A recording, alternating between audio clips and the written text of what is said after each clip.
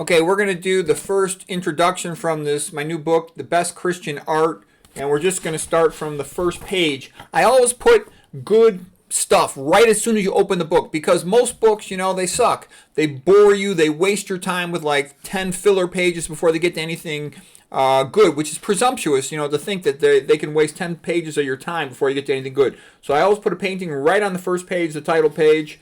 And then I show a couple good things right at the beginning so the audience knows this is going to be something special, this book. It's going to be worth their time. It's going to be useful to them. Okay, so we're just going to do the introductory stuff up until the table of contents, which gives you the sense of the whole book. Okay, so it starts out with a painting of Don Quixote. And so Don Quixote was a little bit of a pathetic guy, written by Miguel Cervantes around 1600.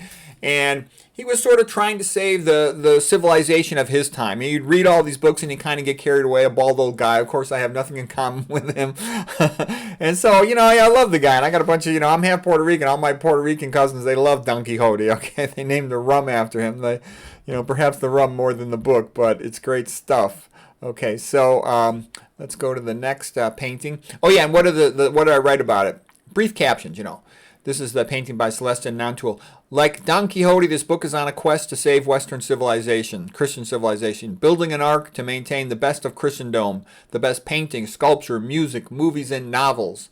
Someday when the sun shines again on freedom and the people can walk on solid ground, they can build on these past glories. G.K. Chesterton quote, "The way to love anything is to realize that it may be lost." And of course, here's the great Michelangelo painting. And the message here is that, man is created in the image of God. And if you remember that, then you honor man because he's part divine as well as part beast. And you realize that he deserves free speech, the right to privacy, the right to property, and all these other things. The life, liberty, and the Declaration of life, liberty, and the pursuit of happiness as enshrined in the Declaration of Independence. And these things echoed and enshrined as well in the Constitution of the United States of America. Okay, so the painting, of course, is a creation of Adam by Michelangelo on the Sistine Chapel ceiling. And I can tell you, the only thing that could possibly save America, if America is going to be saved, in education, healthcare, freedom, etc., is a return to Bible ethics that values the human. Because right now we're stuck in atheistic Darwinism, which says that man is just a talking monkey. There's nothing special about him. He has no soul. He has nothing divine. And they're using that to smush him down into poverty and into slavery is the long-term goal of it. Okay, so this is the greatest painting of all time in Western civilization, of all time in the entire world. And the entire future of the world depends on this painting, how you look at it. And I studied a ton of history. I got a ton of friends and other people I know who lived under communism. I know exactly what it's like, okay? So I've read, besides reading and studying, I talked to all the personal accounts of it. And the only hope for the world is this, and hopefully people will realize that. Right now, it's looked like freedom is toast, okay? But there's always hope. So let's just hope for it and do our little part to try to hope that freedom will continue in the world. Okay, so it is Genesis 1:27. So God created man in his own image, in the image of God he created him, male and female he created them. Okay, Sister Wendy's quote, "Michelangelo's frescoes in the Sistine Chapel are the most sublime of all paintings, and the creation of Adam is the greatest of them." So I like Sister Wendy. She's nice, she's good, she's an art historian critic, and she does have some good quotes and points, and I like her, she's good. But okay, why do I not respect her? Because she wimped out. She sits there and talks about modern art like it's real. No, Sister Wendy, you're a wimp, okay, and you wimped out, you didn't do your job on that. But other than that, you did a lot of good things, so I still like you, but I like you, but I don't respect you the way I used to before you showed what a wimp you are. Okay, Johann Goethe, he says, "Michelangelo's Sistine Chapel frescoes are the greatest achievement ever in the history of art, and they show the known limit of what an artist can do." Yeah, the Sistine Chapel ceiling by Michelangelo is the greatest, most awesome artistic achievement ever in the history of the world. Michelangelo, typical super genius, really devout. "I believe that I have been designated for this work by God. I work out of love for God, and I put all my hope in him." Michelangelo. Yeah, he's awesome. And Isaac Newton would say the same thing. So did Bach, the greatest composer ever. Isaac Newton, the greatest scientist ever. Michelangelo, the greatest artist ever. And I also think the same way. Like, why did God make my life so boring? And I think it's because he wanted me to be a scholar and write books, okay? All that drama, it don't happen in my life. My life is like, pushes me towards sitting down and writing books. So that's what God wants me to do, as my mother told me, okay? I miss my old life with my girlfriends and sports, but this is where I'm destined. So okay, I already talked about that stuff. Okay, and here's a beautiful painting. This guy's really good. This is Murillo, Esteban Murillo. Okay, look at his faces. They're just so magnificent. So these are the two trinities, okay? There's the Holy Trinity of Jesus Christu, the Holy Spirit, symbolized by a dove, and God the Father, okay? And then there's the earthly Trinity, symbolized by, the Mother Mary, the Father Joseph, and Jesus Christu. Okay, so it's all beautiful and it's elegant, and Christianity, it celebrates life, it celebrates the family, it celebrates love and hope. It's the opposite of modern culture. Modern culture celebrates, abortion, it celebrates euthanasia. What do they got? The medical assistance in dying in Canada. They encourage, teenagers to commit suicide, disabled people, poor people, sad people, everybody, okay?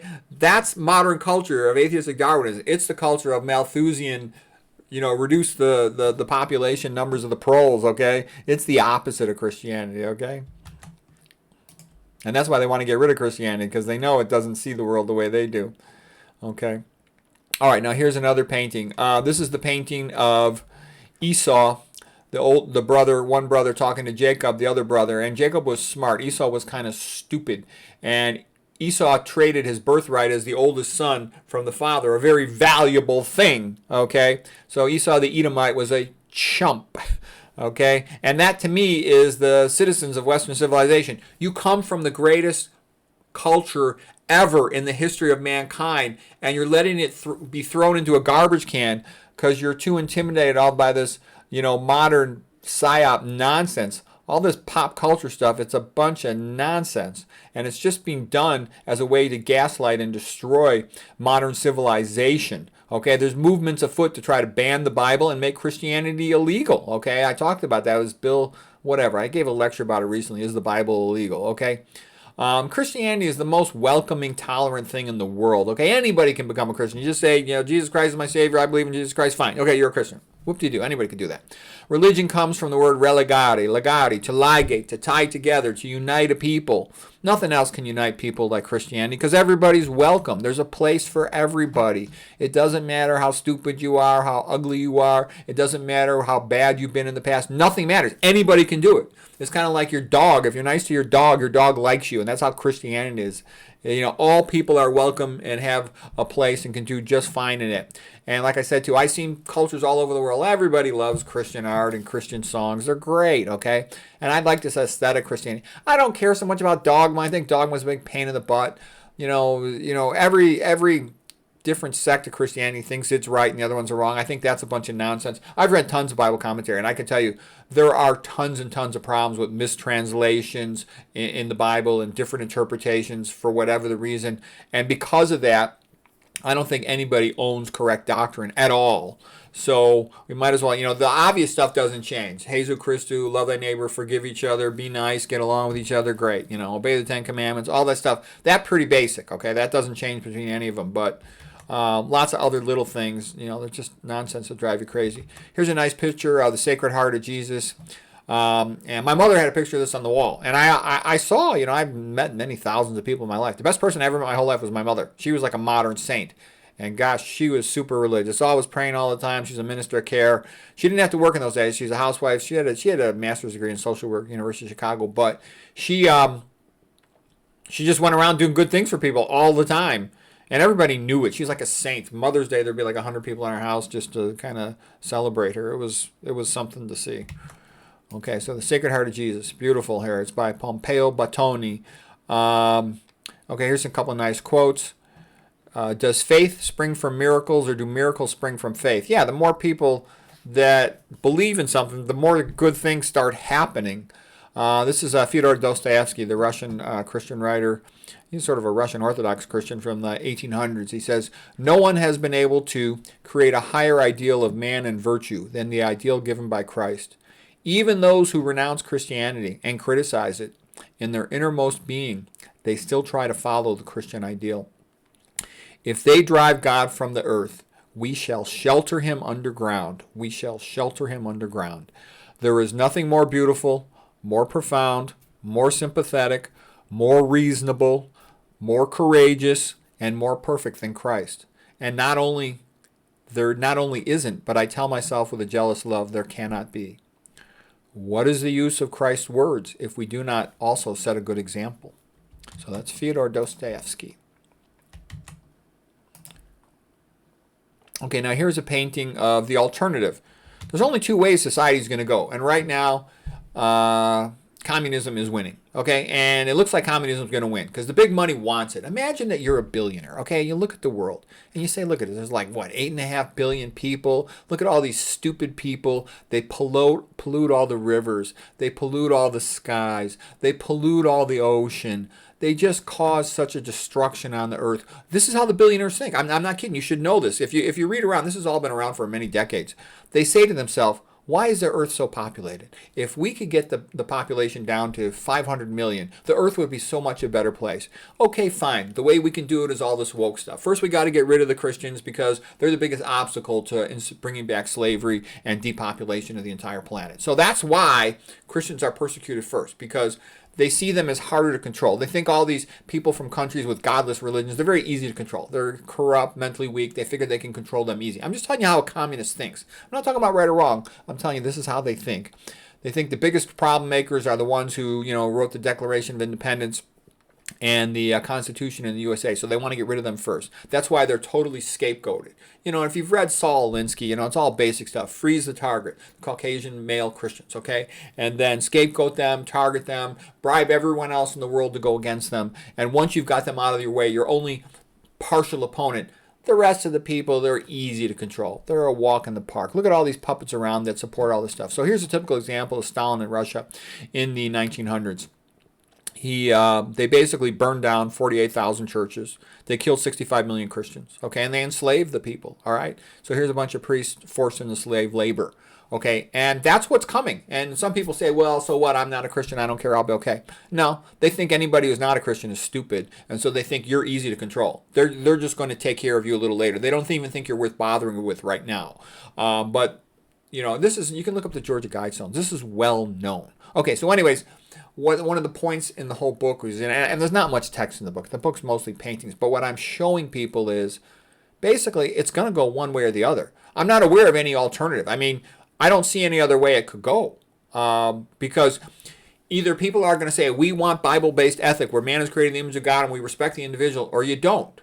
And if you don't, then what ends up happening is power controls everything. And in the modern world, power is really kind of almost a synonym for big money. Okay, big money can do whatever it wants. Big money doesn't have to follow the rules. Big money can destroy the food supply. Big money can pollute the sky.